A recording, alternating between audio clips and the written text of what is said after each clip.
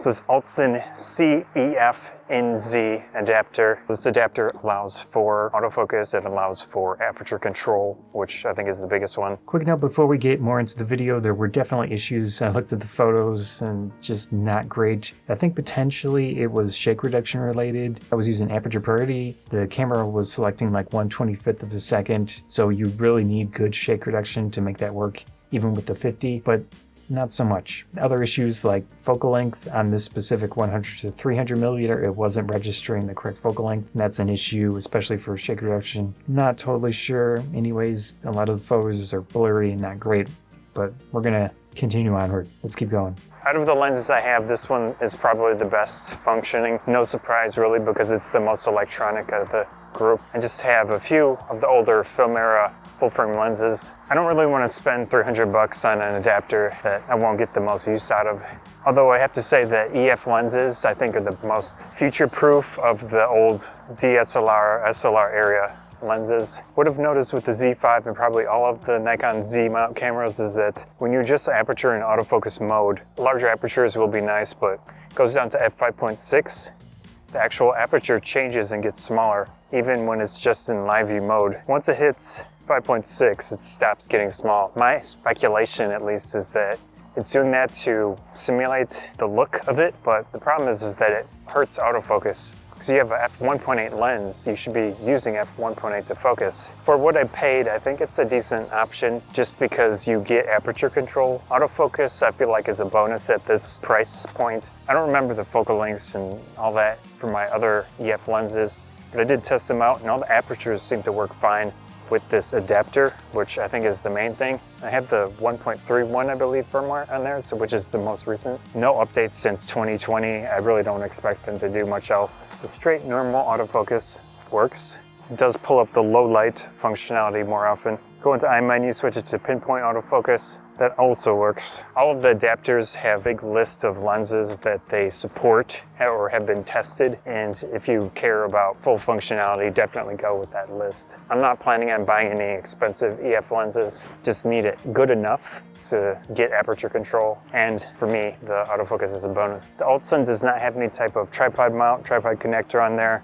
Not surprised, considering what I paid at least. I don't know if it was ever more expensive than this, but not having that is fine in my case. Definitely don't want to put some big lenses on there. Won't be nice.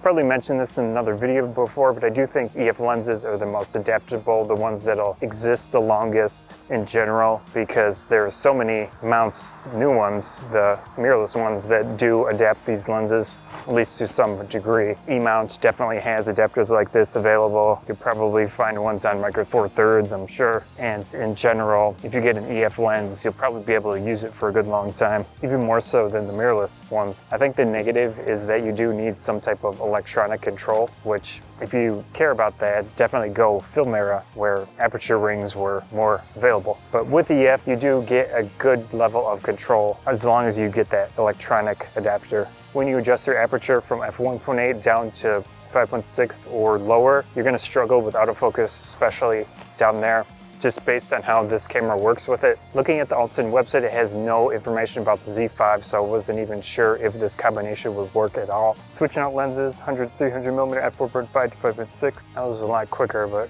at bare minimum, it appears to be getting focus. So I have the camera in auto ISO set to 1/320th of a second, and the aperture will just, well, maybe adjust it if we need to. So far, this lens is struggling a lot more with autofocus. It technically works, technically does focus, but not great. F5.6, not getting a lot of light. I did notice when I switched to the larger focus area, I was having more trouble than the standard focus area. So far, this one is also not as bad as I was expecting. Autofocus is a very mixed bag. Sometimes it works, sometimes it doesn't. You know what? I think this dynamic area might work. Those birds are fast. I was saying low light AF, and it's very much not low light right now. Wow, it's somehow picked them up. Struggling a little bit. Probably thinking, what the hell is this thing looking at me? You can tell that it's definitely using the battery pretty quick. It's not that bad. It's not that bad. Dynamic area AF. Here it is not working well. Trying to get that little bird on the street. Interesting. Interesting. The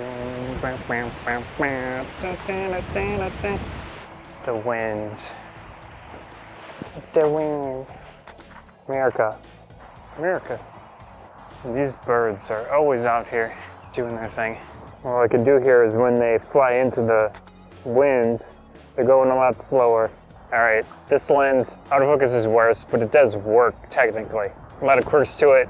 I think I'm trying. Like I mentioned earlier in the video, focal length had some issues being registered properly. I think it was fine for the 50, but not for this zoom lens. Shake reduction has some potential issues for sure. So I'd probably need to try this combination just with no shake reduction at all to see if that helps the situation. Aperture seems okay. It is registering and changing as it needs to, as far as I can tell. Besides that, don't use the automatic modes. Aperture priority, it was given low shutter speeds. Now you could use the camera and give it like a minimum shutter speed, which actually might work okay. Probably want to use manual focus, manual aperture, everything with this adapter. Price wise, I paid $60, which I think is the top end of what I'd even consider with this. There are other adapters like the Fringer one that are said to be pretty decent, but I would not even consider spending $300 to get like a band-aid solution in this case. Just probably not worth it. Although if it's good, it's good. I'm not going to be the one to find out paying that much for it. So yeah, it's fun to mess around with, especially if you can get it at a low price and you have a bunch of EF glass and a Z camera. It kind of sort of works. Anyways, I'm Scott Trophy Bonsai. Hope you enjoyed the video. Thanks.